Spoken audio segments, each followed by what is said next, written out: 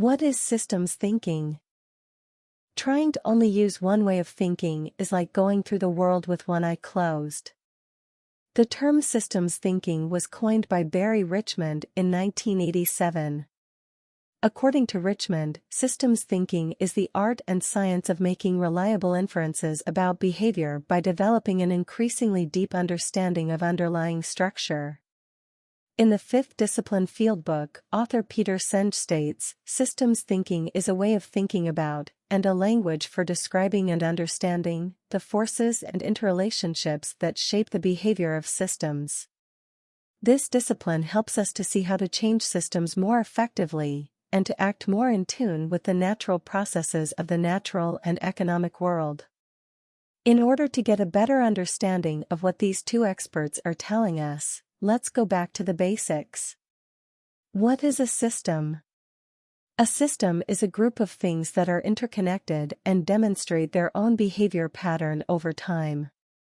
Systems are usually the cause of their own behavior. Even when outside forces act on a system, it reacts in a way that is consistent with the character of the system. If the same outside forces were to act on a different system, there would likely be a different outcome. Why is thinking in systems useful?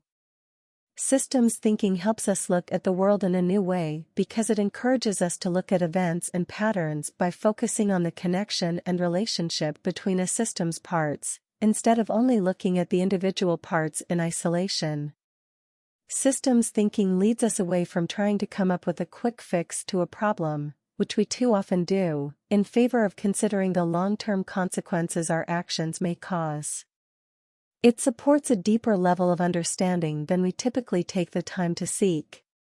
Systems thinking is a paradigm shift from our more traditional thinking patterns because we have been taught to look at things rationally, and to try to look for clear cause and effect connections. We are now used to trying to study things in small, digestible pieces, and to attempting to solve problems as quickly as possible by taking control of situations around us. Quite often, we focus on external sources as the cause of all of our problems instead of looking internally at our systems to see what improvements can be made. Western culture tends to look for a problem's cause as coming from outside of our systems, instead of within. There are times throughout our history when this worldview has proven very effective. Many big problems have been solved by looking outward, like finding cures and vaccines for deadly diseases, finding ways to produce enough food to feed the people of the world, and developing mass transportation systems. The problem is that when we fail to take the time to examine our internal systems as well, sometimes our solutions create new problems. These problems can be significant, serious, and very hard to overcome if they are really ingrained in the structure of a system. While that traditional method of analysis may be helpful at times, it can't help us to solve every problem we face despite all of our best efforts. War, harm caused to our environment, people suffering from drug addiction, people who are unemployed or living in poverty, and many life-threatening diseases are all examples of problems that remain despite years of analysis and technological advances. These problems persist because they are systems problems. No one wanted to create them and everyone wants them to be solved, but they won't be until we take a good, hard look at the structures of the systems they are part of. Instead of looking to assign blame as to what caused the problem, we need to roll up our sleeves and dive deeper to find a solution. The solutions are within our reach if we are willing to do what is necessary to find them. We need to be willing to look at things from a whole new perspective.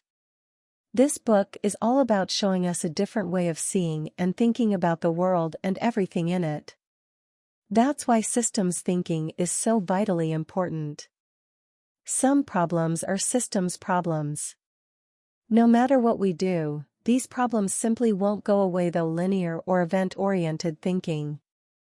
After all, it has been said the definition of insanity is doing the same thing over and over again and expecting different results. There is nothing wrong with linear thinking. There is a time and a place for it, for sure. It has served us well on countless occasions throughout human history. Thinking in systems just gives us a more complex and complete picture of events. As we have discussed previously, systems thinking doesn't immediately come easily to most people, and it takes time to develop this skill and adopt the new way of seeing the world until it becomes an automatic habit. In fact, up to 95% of our population is unable to think in systems. They focus on searching for a simple cause and effect connection when it comes to solving problems. The difficulty lies in that it simply won't give a complete and accurate view of the problem, and it is ineffective in solving systemic issues. Systems thinking allows us to reclaim our instinct about whole systems while we strengthen our abilities to understand their parts and how they are interconnected. Thinking in systems enables us to ask what-if questions about the behaviors we may see in the future and gives us license to be bold enough to unleash our creativity when it comes to redesigning our systems. We begin to come up with solutions that would never have crossed our minds before. Systems thinking gives us a complete picture by allowing us to examine the interconnected relationships between the system's components instead of only looking at them as independent individual parts.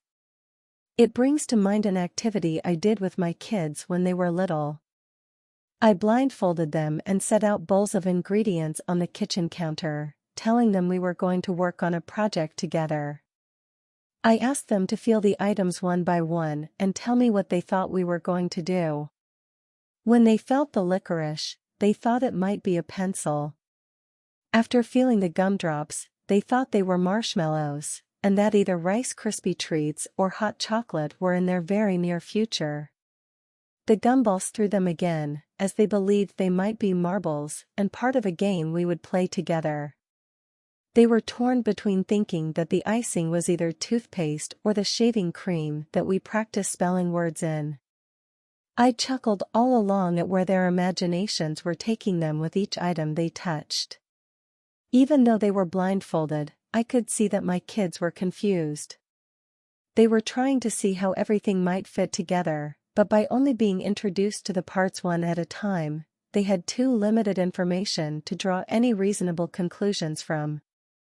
After I was finished torturing my children by keeping them in suspense far longer than they liked, I removed their blindfolds and revealed the activity they were about to enjoy, making gingerbread houses. Finally, they understood how everything was connected, and it all made perfect sense. The fun I had with my kids can teach us a lesson about systems thinking. It is impossible to know the behavior of a system just by knowing the parts that make up that system.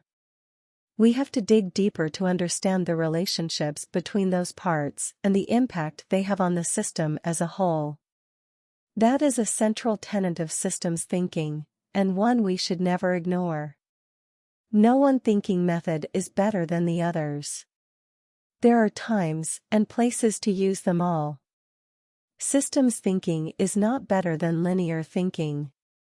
They are both necessary for us to see and appreciate the world around us completely and in all its complexity. Trying to only use one way of thinking is like going through the world with one eye closed. It distorts our perception and limits what we can accomplish. All ways of thinking are necessary in order for us to get the whole picture.